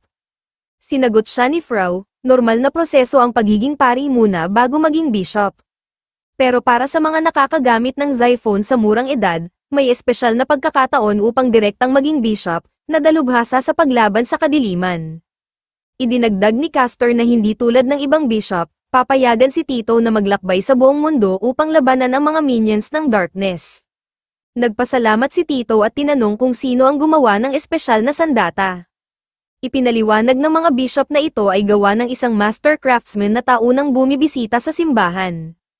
Nilagyan ni Frau ng badge si Tito at sinabing palagi siyang babantayan, kaya dapat siyang mag-behave ng maayos habang nasa ilalim ng pagsasanay. Makalipas ang ilang oras, tinanong ni Castor si Frau kung paano ang progreso ni Tito. Sagot ni Frau, 3 oras na siyang nagsasanay, pero parang walang masyadong nangyayari. Lumapit si Castor kay Tito at ipinakita ang isang manika kung saan nakulong ang mga core wings. Sinabi niya kay Tito na iyon ang kanyang magiging practice, hulihin ang manika gamit ang kanyang Xiphon. Agad na nagsimulang tumakbo ang manika sa paligid ni Tito. Nag-alala si Frau, kaya ba ng isang tulad niya ang manika? Sinagot siya ni Castor, nilagyan ko na ng selyo para limitahan ang kapangyarihan nito. Hayaan natin siyang mag-ensayo mag-isa, ngunit biglang napansin ng manika ang mga madre at nagsimulang gumawa ng kakaibang bagay sa harap nila. Pagkatapos, inatake nito ang mga madre, kaya't nagmadali si Tito na tumakbo papunta sa kanila. Gamit ang kanyang sandata, sinubukan niyang salakayin ang manika. Tumakbo ang mga madre palayo habang nanatiling nakatayo si Tito, naghihintay sa reaksyon ng manika. Biglang lumabas ang mga core wings mula sa katawan ng manika, at natulala si Tito sa takot. Tumakbo ang manika papunta kay Tito habang sumisigaw siya para sa tulong. Ngunit bago ito makalapit, biglang nalubog ito sa mga bulaklak, dumating si Labrador upang iligtas siya. Dinala ni Labrador si Tito para magpahinga at inalok siya ng flower tea. Ipinaliwanag niya na ang tsaa ay may matamis na lasa para sa mga nasasaktan. Biglang umiyak si Tito at sinabing gusto niyang maghiganti para kay Mykage, pero sinabi ng kaibigan niya na huwag gawin iyon. Sinagot siya ni Labrador, pinatawad ka na ni Mykage. Minahal ka niya, kaya't hindi ka niya ibinigay sa Imperial Army. Napagtanto ni Tito na si Mykage ang tunay na kayamanang natanggap niya. Naisip niya kung paano mabuhay ng isang buhay na magpapasaya sa kanya. Biglang nagningning muli ang Eye of Michael sa kanyang kamay. Kinagabihan, habang pauwi si Tito sa kanyang kwarto, tila nakita niya si Mykage. Ngunit nang hawakan niya ang balikat ng isang golden-haired boy, nalaman niyang hindi ito si Mykage kundi isang bata na nag-e-exam din para maging bishop. Tinukso ng Blondie si Tito, sinabing hindi niya alam na pinapayagan na pala ang mga bata na kumuha ng ganitong kahirap na exam. Tinawag ni Tito ang Blondie na Weasel, at tinanong kung kilala niya si Shri mula sa O Family, dahil mukha itong kamukha ni Shri mula sa Academy. Nagsimula silang magtalo at muntik ng magkasuntukan. Sinabi ng Blondie, galing ako sa Oak Family, nandito ako para hanapin ang isang tao, saka ito umalis. Sinundan siya ni Tito at dumating sa isang grupo ng mga bishop na nagtipon upang panoorin si Archbishop Baston na kumukuha ng core mula sa isang batang babae gamit ang Xiphon. Pinanood ni Tito kung paano ginamo ni Baston ang core girl nang walang sakit o pinsala. Tinanong ni Tito si Castor kung paano nagawa iyon ni Baston. Ipinaliwanag ni Castor na si Archbishop Baston ay isang eksperto sa healing Xiphon. Ang Xiphon na ito ay hindi ginagamit para sa pag-atake, kundi para sa pagbibind at pagtanggal ng core nang walang sakit. Sinabi ni Castor, sa tamang talento at pagsisikap, magagawa mo rin ito balang araw. Simula ngayon, bibigyan ka namin ng espesyal na pagsasanay. Maya-maya, nakita muli ni Tito ang Blondie at tinanong ito kung sinusubukan ba nitong maging kaibigan niya. Sinigawan siya ni Tito, huwag kang mag-ilusyon, hindi mangyayari iyon. Kinagabihan, ibinigay ng mga madre ang kwarto ni Tito, at laking gulat niya nang malaman na ang kanyang kasama sa kwarto ay ang blondie na nakilala niya kanina. Ipinakilala siya ng mga madre bilang si Hakiren Oak, mula sa First District. Pareho nilang agad na hiningi ang pagbabago ng kwarto, ngunit tumanggi ang mga madre, sinasabing dapat silang maging magkaibigan. Habang nag-aaral si Hakiren, patuloy na nagmumukmak si Tito tungkol sa pagiging magkasama nila sa kwarto. Maya-maya, inalok siya ni Hakiren na samahan ito, ngunit nagdadalawang isip si Tito dahil pakiramdam niya ay hindi pa rin niya alam kung paano gamitin ng tama ang Baculus. Sa tuwing sinusubukan niyang i-channel ang kanyang Zyphone dito, parang tinatanggihan siya ng sandata. Bigla niyang napansin ang dugo sa Baculus, at naisip niyang ito ang dugo ng mga naunang kandidato na nagsumikap upang maging bishop. Naglakad sila ni Hakiren patungo sa isang arena upang magsanay, ngunit pinahinto sila ng isang gwardya na sinabing kailangan muna nilang magparehistro sa gate register bago magsimula. Nang makapasok na sila, biglang nawala ng malay ang gwardya, kaya't binuhat nila ito papunta sa infirmary. Kumalat agad ang balita tungkol sa nangyari kay Guard Aldo, at sinabi ni Labrador kay Castor na ito ang unang pagkakataon na nangyari ang ganito. Idinagdag pa niya na pati ang mga bulaklak ay tila natatakot. Samantala, nagmamadaling tumatakbo sina Hakiren at Tito papunta sa klase dahil nahuli na sila matapos dalhin si Aldo sa infirmary. Habang tumatakbo, sinabi ni Hakiren kay Tito, "Isa kang mabuting tao dahil tinulungan mo ang gwardya kanina." Nahihiyang sumagot si Tito, "Tigilan mo nga ako, para mo na rin akong ginagawang bata." Nang dumating sila sa klase, sumama sila sa ibang mga kandidato na ipinapakita ang kanilang mga Baculus. Napansin ni Tito na kakaiba ang anyo ng kanyang Baculus kumpara sa iba. Pinangunahan ng madre ang grupo papasok sa isang water barrier kung saan may mga core na lumilipad sa itaas nila. Ipinaliwanag ng madre, ang mga core dito ay hindi makalalabas ng tubig, ngunit napakadelikado pa rin dahil maaari nilang manipulahin ang inyong isipan. Bigla namang sinabi ni Hakiren kay Tito na manatili sa likuran. Agad siyang sumugod sa mga core at sinimulang atakehin ang mga ito. Namangha ang lahat sa lakas at katumpakan ng kanyang mga pag-atake.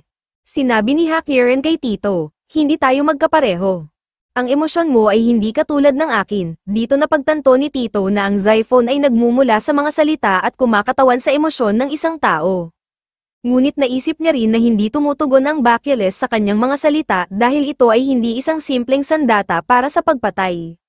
Nag-focus si Tito sa paglalabas ng enerhiya mula sa kanyang Baculus na magpapalakas sa kanya upang hindi na siya mawalan ng mahal sa buhay. Ngunit kahit anong gawin niya, hindi pa rin ito gumagana. Narinig niya ang tawanan ng iba pang mga kandidato. Sinabi ni Hakiren sa kanya na magpatuloy at huwag sumuko. Biglang lumapit si Archbishop Baston at sinabing, "Mag-focus ka sa hanggaring maglingkod sa Diyos at subukang muli." Hindi alam ni Tito kung ano ang tunay na anyo ng Diyos, ngunit naisip niya, kung ang Diyos ay isang tao na makapagbibigay sa akin ng lakas, iisipin ko si Mykage. Sa pag-iisip niya kay Mykage, isang makapangyarihang enerhiya ang biglang lumabas mula sa Baculus. Lahat ng naroon ay natulala, napansin ni Baston na ang Baculus na hawak ni Tito ay pag-aari ni Frau. Biglang nagtanong si Hakiren kung paano konektado si Tito kay Frau. Nang tinawag ni Tito si Frau na perverted bishop, sinampal siya ni Hakiren at sinabing, si Frau ang nakakuha ng pinakamataas na score sa ikalawang bahagi ng exam, at ginagamit mo ang Baculus niya nang hindi mo man lang alam.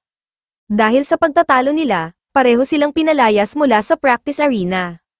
Habang naglalakad, narinig nila ang sigawan ng mga madre. Tumakbo sila patungo sa direksyon ng ingay at nakita si Guard Aldo, patay sa malamig na dugo. Narinig nila ang mga bulong-bulungan ng mga tao, sinasabing ang 7 ghosts ang pumatay kay Aldo dahil isa siyang mamamatay tao. Sa paligid, nakita ni Tito ang isang madilim na anino. Napansin niyang mukha itong si Frau, ngunit malamig at parang walang emosyon ang itsura nito. Kinagabihan, palihim na lumabas si Tito at pumunta sa isang glass painting ni Mother Mary na may hawak na sanggol. Biglang nagbalik ang mga alaala niya noong dinala siya ng kanyang ama sa isang hindi pamilyar na lugar. Sinabi ng kanyang ama, "Makikilala mo ang ilang mahahalagang tao, alagaan mo sila." Natapos ang flashback at bumalik siya sa kanyang kwarto, kung saan tinanong siya ni Hakiren kung galing siya sa kwarto ng isang madre. Agad namang itinanggi ni Tito at sinabing tumigil na si Hakiren sa pang-iintriga. Biniro siya ni Hakirin, gusto mo bang matutunan kung paano lapitan ang mga babae? Sabihin mo lang sa akin, ngunit sagot ni Tito, may ibang bagay na gumugulo sa akin. Sinabi ni Hakirin na hindi pa sapat ang kanilang pagkakakilala upang magbahagi ng mga lihim. Kinabukasan, habang papunta sa klase, sinalubong muli si Tito ng mga madre, na humanga sa kanyang determinasyon na mag-aral. Sinabi nila, ang sipag mo, nandito kami para sumuporta sa iyo. Pumunta si Tito sa library upang maghanap ng impormasyon tungkol sa kanyang nakaraan at sa Eye of Michael. Alam niyang isinakripisyo ng kanyang ama ang buhay nito upang ibigay sa kanya ang mata, ngunit wala siyang makitang impormasyon tungkol dito. Biglang may aklat na kusang nagbukas, at napunta ito sa pahina tungkol kay Verloren, ang maalamat na God of Death na tumakas mula sa langit matapos patayin ang anak ng Chief of Heaven. Biglang nagliwanag ang mga salita at nagsimulang umikot sa paligid ni Tito, parang Zyphone. Bumagsak siya sa upuan, at napansin ng lahat, iniisip na parang nasiraan na siya ng ulo. Dumating sina Frau at Hakirin upang tulungan siya. Tinanong ni Tito si Frau, ano ang nangyari kay Aldo kagabi? Napansin ni Hakirin na nasa tabi nila si Frau at binigyan siya ng isang magazine na puno ng nudes. Tuwang-tuwa si Frau, ngunit biglang sinampal siya ni Basten, sabay sabi, itatapon ko ang mga bastos na aklat na ito. Sinabi niya kay Frau na hinahanap siya ni Castor. Muling tinanong ni Tito tungkol kay Aldo, ngunit sinagot siya ni Basten, hindi ko alam ang nangyari. Sa ngayon, iniimbestigahan na ng Imperial Guards ang insidente. Ipinaliwanag niya na ang autopsy ay nagpakita na si Aldo ay namatay dahil sa shock mula sa isang malakas na tama sa likod. Ang mga madugong yapak ay nagmumungkahi na pinilit ng mamamatay tao si Aldo na buksan ang gate ng pangunahing pasukan. Posible raw na isang insider job ito, dahil walang sino man ang umalis sa simbahan noong gabing iyon. Tiniyak ni Basten kay Tito, ang sino mang pumatay kay Aldo ay paparusahan. Kahit siya ay isang mamamatay tao, ang lahat ng ito ay nasa mga kamay ng 7 ghosts na isinugo ng langit. Sila ang hindi kailanman nagpapatawad sa kasamaan, tiniyak ni Bishop Basten kay Tito, dinobol na namin ang seguridad dito sa simbahan. Walang makakapasok sa lugar na ito, at tiyak na poprotektahan ng Diyos ang mga gumagawa ng mabuti. Makalipas ang ilang sandali, sinabi ni Castor kay Frau na ipinatawag siya ng Pope para sa isang pagpupulong. Idinagdag niya na kung hindi matututunan ni Tito na kontrolin ang kanyang Zyphone at gamitin ang Baculus, hindi siya papayag ang umalis ng simbahan. Biglang bumukas ang pinto, at nakita nila si Tito na nakatayo sa harap nito. Agad itong nagsorry kay Frau dahil nabali niya ang Baculus nito, at tumakbo palayo. Naiwan si Frau na nag-iisip kung narinig ba ni Tito ang kanilang pinag-usapan. Samantala, nagwala si Tito nang malaman niyang alam na ng 3 bishop ang tungkol sa Eye of Michael at Mel. Naisip niya na kaya pala hindi siya pinapayagan umalis ng simbahan. Naalala niya ang kanyang nakaraan bilang isang ulila na pinalaki ng isang father sa simbahan. Tinuruan siya nitong maging mabait, magbahagi, at tumulong sa nangangailangan. Ngunit sumiklab ang gyera. Napatay ang hari ng Rags, at sinabi ng father sa kanya na mabuhay at huwag mahulog sa kamay ng Imperial Army. Nang magmakaawa si Tito na huwag siyang iwan ng father, sinabi nito, kapag dumating ang tamang panahon, maaalala mo ang lahat ng itinuro ko. Mahal kita, biniyayaan siya ng father ng kanyang kapangyarihan bago ito napatay.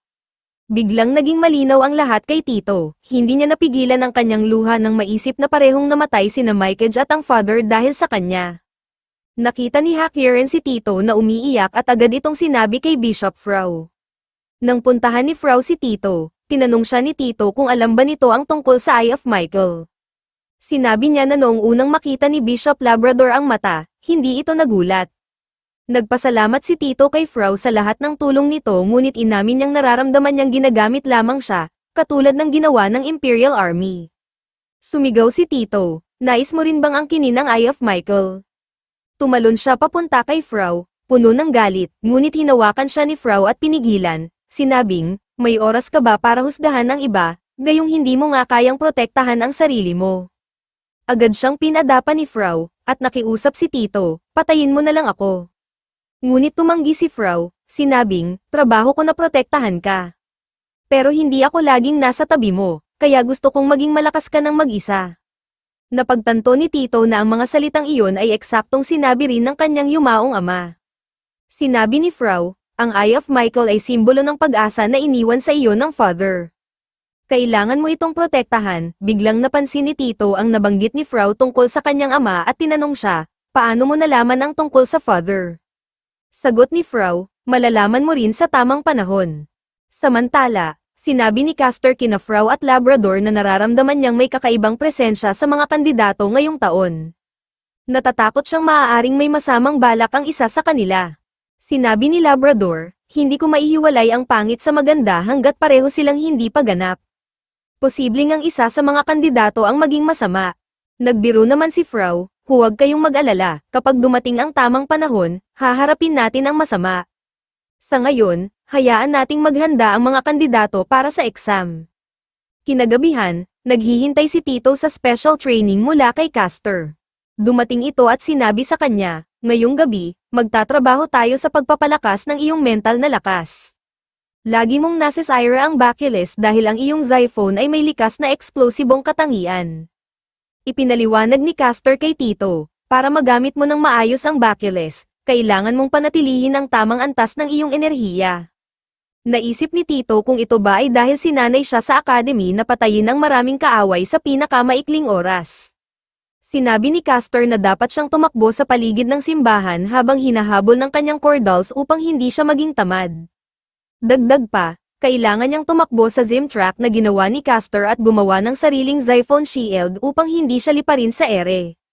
Agad na nagsimula si Tito sa pagtakbo, habang ang mga nakakainis na cordals ay hinahabol siya na parang mga manok. Pinapalibutan at inaatake siya ng mga ito mula sa lahat ng direksyon. Ngunit hindi nila alam na ang isa sa mga tauhan ni Ayanami ay pinapanood sila mula sa malayo. Pagkatapos ng pagsasanay, halos patay na si Tito sa pagod at bumagsak sa kama. Habang nagbibihis ng kanyang pantulog, napansin ni Hakiren ang marka ng isang battle slave sa likod ni Tito. Nagtaka siya kung ito ang dahilan kung bakit napakalakas ng kanyang Xiphon. Sinabi ni Hakiren na nahirapan siyang alagaan ang pink na hayop habang wala si Tito.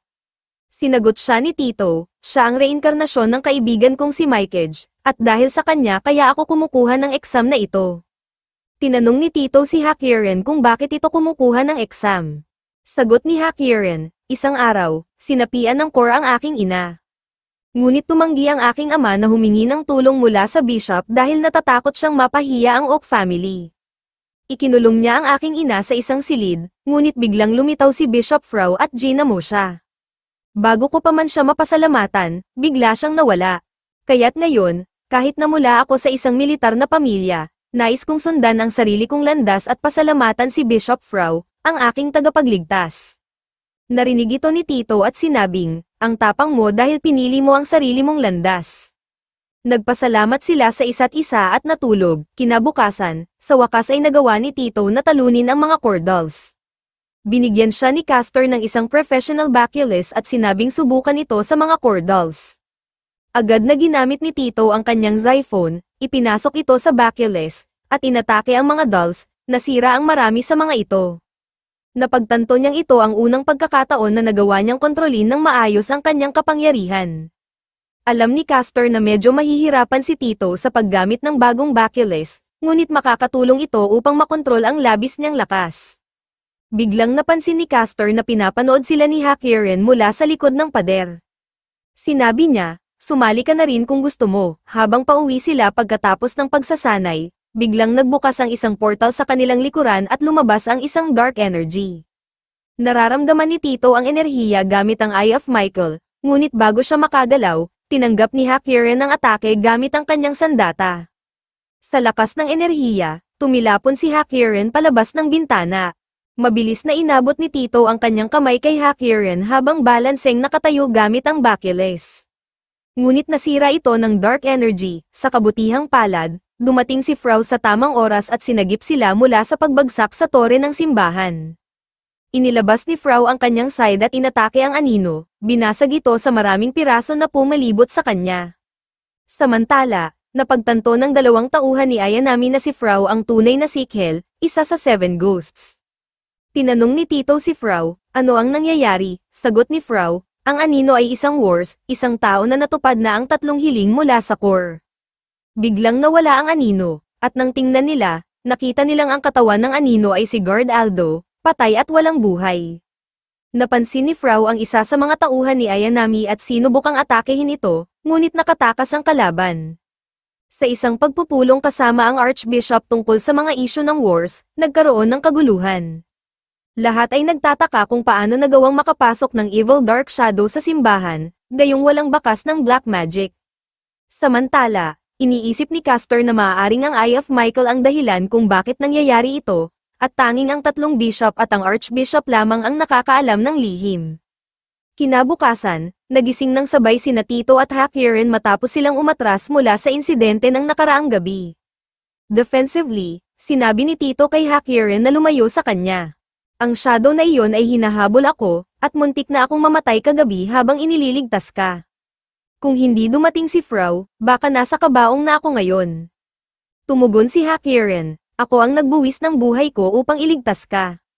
Bilang isang bishop, hindi ako kailanman tatakbo palayo sa pagliligtas ng sinuman mula sa kadiliman. Biglang dumating si Frau mula sa isang sulok at tinanong ni Tito kung ang wars kagabi ay pamilyar. Sinabi ni Frau, ang core kagabi ay marahil kinuha ang kaluluwa at katawan ng tao. Lahat ng ito ay nangyayari dahil sinusubukan ng madilim na puwersa na ihanda ang mundo para sa muling pagkabuhay ni Verloren sa pamamagitan ng pagpapalaganap ng kadiliman. Napagtanto ni Tito na dati siyang isang mahina at walang magawa, ngunit unti-unti siyang nagiging mas malakas. Sinabi niya kay Hakirin, kapag kaya ko nang protektahan ka, magiging kaibigan kita. Paglaon, nakasalubong nila ang mga madre na pinuri si Tito sa kanyang kasipagan.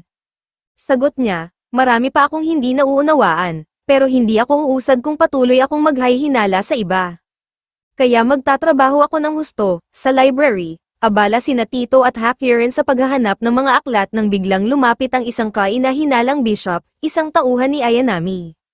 Mabilis na hinarang siya ni Castor at tinanong kung ano ang kailangan niya. Itinapon ng bishop ang isang metal badge kay Tito at sinabing ang nagmamay-ari nito, si Fia Cruz, ay may mensahe para sa kanya. Naglakad ito palapit kay Tito sa isang nagbabanta na paraan, ngunit agad siyang binalot ni Castor gamit ang kanyang mga silver threads at itinapon ito sa library. Habang patuloy na bumubulong ang possessed na bishop, sinabi nitong, ang simbahan ay hindi kakampi ni Tito. Nang maglaon, natapos ni Castor ang laban, tinanong ni Hakirin si Tito kung sino si Fia Cruz, ngunit sagot niya, pamilyar ang pangalan, pero hindi ko maalala kung sino siya. Biglang dumating si Frau, tumatakbo patungo kay Tito at tinanong kung maayos si Castor. Ngunit si Tito, puno ng paghihinala, tumingin ng akusado kay Frau. Sinabi niya, sinabi ng tao kanina na ang simbahan ay hindi ko kakampi.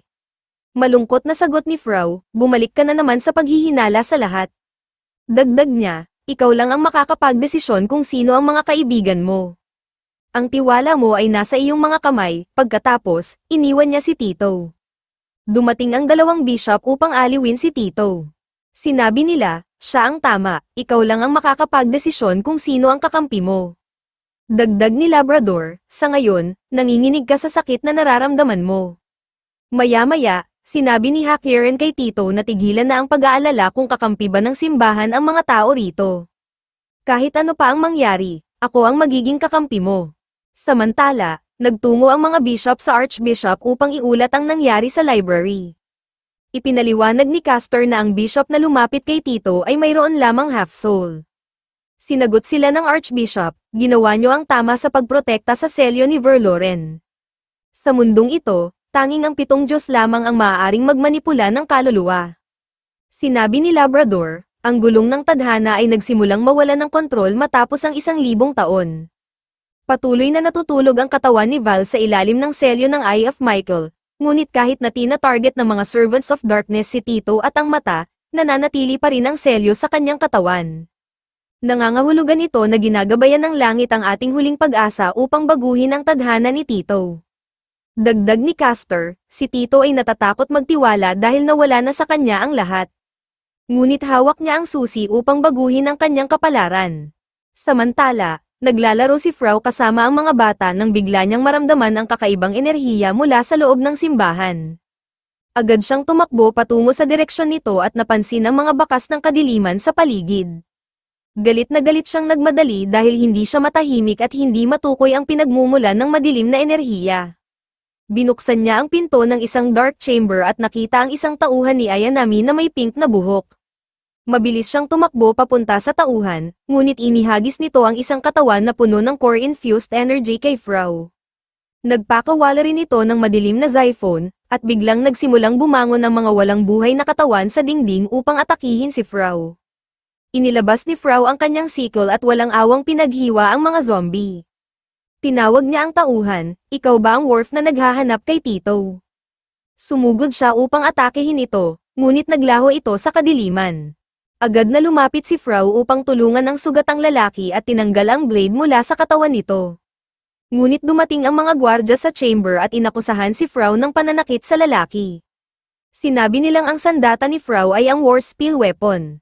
Ininsulto nila siya, sinabing ilagay ang mga kamay sa ulo, at inaresto siya.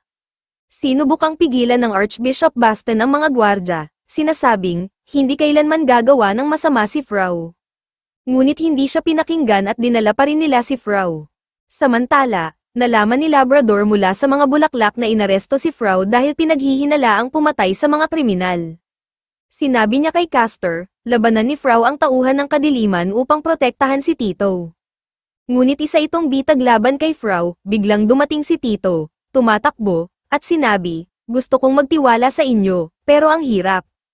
Tinawag siya ni Castor at dinala sa isang silid kung saan haharapin niya ang sariling kaluluwa. Sinabi ni Labrador, tingnan mo ang loob ng iyong kaluluwa kapag naglaho na ang ulap. Iniwan nila si Tito sa loob, habang naroon, tinanong ni Tito ang ulap kung dapat ba siyang magtiwala sa simbahan at kay Frau.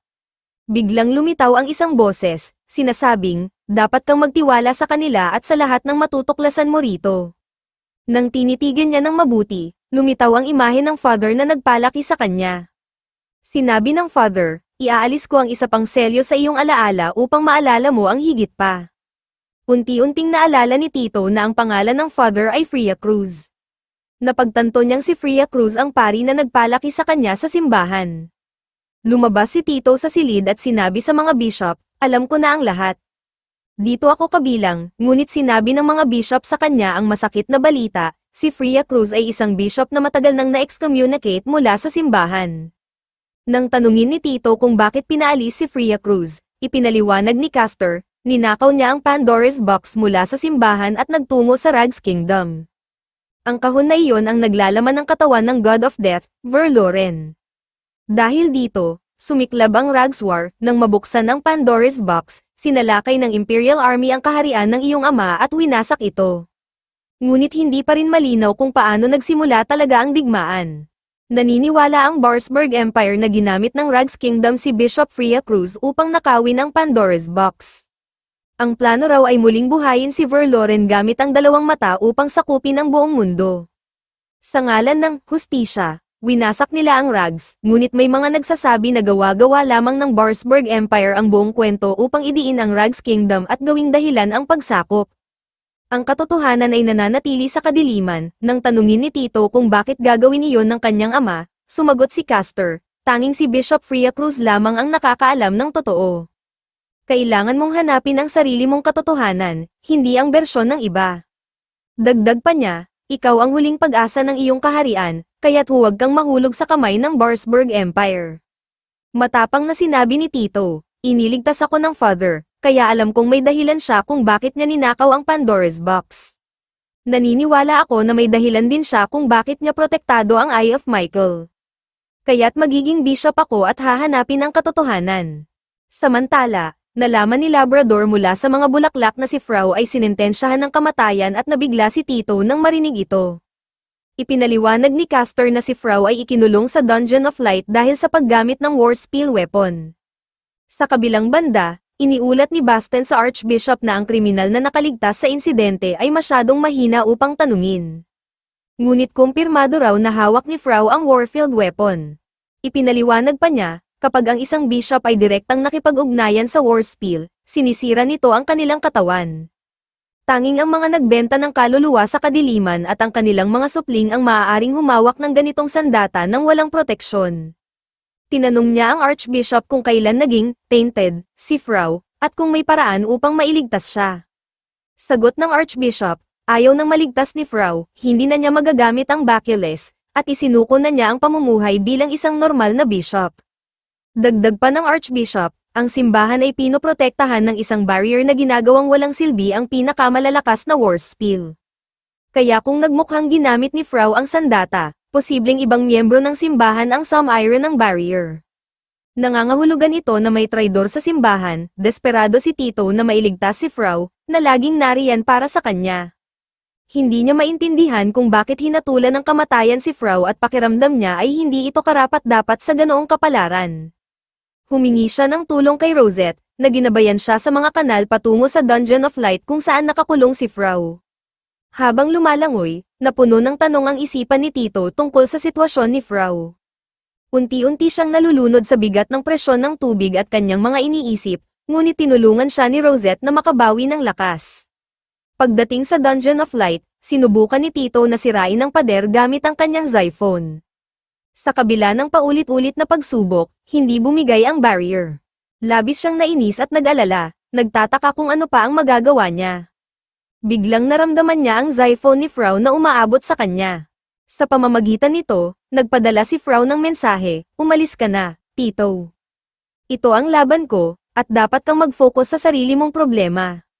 Stunned si Tito, hindi niya maintindihan kung bakit hinihiling ni Frau na iwan siya, lalo na ngayon na nasa panganib ang buhay nito. Sa kabila ng lahat, tumanggi si Tito na iwan siya. Patuloy niyang sinusubukan, puno ng galit at lungkot, ngunit hindi nagpatinag ang kanyang determinasyon. Nagpasalamat si Frau sa kanyang pagsisikap, ngunit ipinaliwanag na ang pagtakas ay magpapatunay lamang ng hinala laban sa kanya. "Kapag tumakas ako, markado na ako bilang traidor, hindi ko iyon hahayaang mangyari." Hiniling niya kay Tito na umalis at magtiwala na makakahanap siya ng paraan upang makalabas. Bago tuluyang umalis si Tito, inabot sa kanya ni Frau ang Volume 3, Chapter 17 ng Biblia. Nalito si Tito, ngunit nakuha niya ang mensahe ng pananampalataya at pagsuporta mula kay Frau. Sa kabila ng madilim na kalagayan, nagpakita pa rin si Frau ng tiwala at kagitingan. Napuno ng emosyon si Tito ngunit nangakong hindi iyon ang huling pagkakataon na magkikita sila. "Babalik ako, Frau, ililigtas kita, ano man ang mangyari." Sa huling sulyap, umalis si Tito, dala ang pag-asa at determinasyon sa kanyang puso. Habang pauwi, naalala ni Tito kung paano sinasabi ni Mikeage sa kanya noon na bihira siyang ngumiti. Kaya't nang tanungin niya si Mikeage kung paano ngumiti, sagot nito, "Kailangan mong paluwagin ang mga kalamnan ng mukha mo. At huwag kang mag-alala, tatangkad ka rin kung madalas kang ngumiti." Napangiti si Tito sa alaala, at sa sandaling iyon, tumigil siya sa paglalakad, pilit na ngumiti, at inalala kung paano siya pinapasaya ni Mikeage. Pagdating sa kanal, naisip ni Tito na hinding-hindi na niya hahayaang may mamatay pang taong mahalaga sa kanya. Nang lumabas siya, sinalubong siya ni Hakiren at inabot ang isang tuwalya. Paalala nito, "Nagkasundo tayo na gagawin ang lahat ng magkasama, pero tumakbo ka ng mag-isa."